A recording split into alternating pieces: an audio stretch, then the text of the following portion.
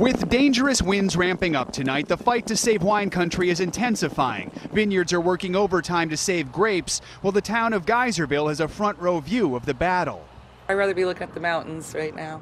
Yeah, it's very anxiety producing. This is my house right here. Many of those who've died in the fires were in their 70s and 80s, but one victim was 14-year-old Kai Shepard, killed while trying to escape. His parents and sister were severely burned. We will pool our collective hope and strength, and we will rebuild the Shepards. In Santa Rosa, more than 2,800 homes were destroyed, including the house that belonged to the late Charles Schulz, creator of the Peanuts comic strip. But the museum that pays tribute to him is still standing.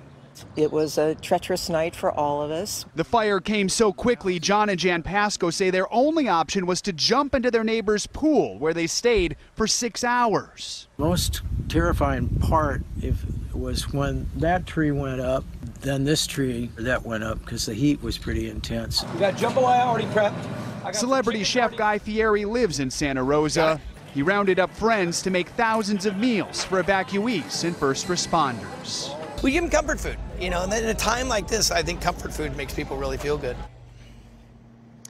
A new red flag warning takes effect tonight. Wind gusts could top 50 miles an hour at higher elevations over the weekend, which has everyone here on high alert. Meanwhile, investigators say they're still looking into what started all these fires. They just can't catch a break. All right, Joe, thanks very much. Hey, NBC News fans, thanks for checking out our YouTube channel. Subscribe by clicking on that button down here, and click on any of the videos over here to watch the latest interviews, show highlights, and digital exclusives.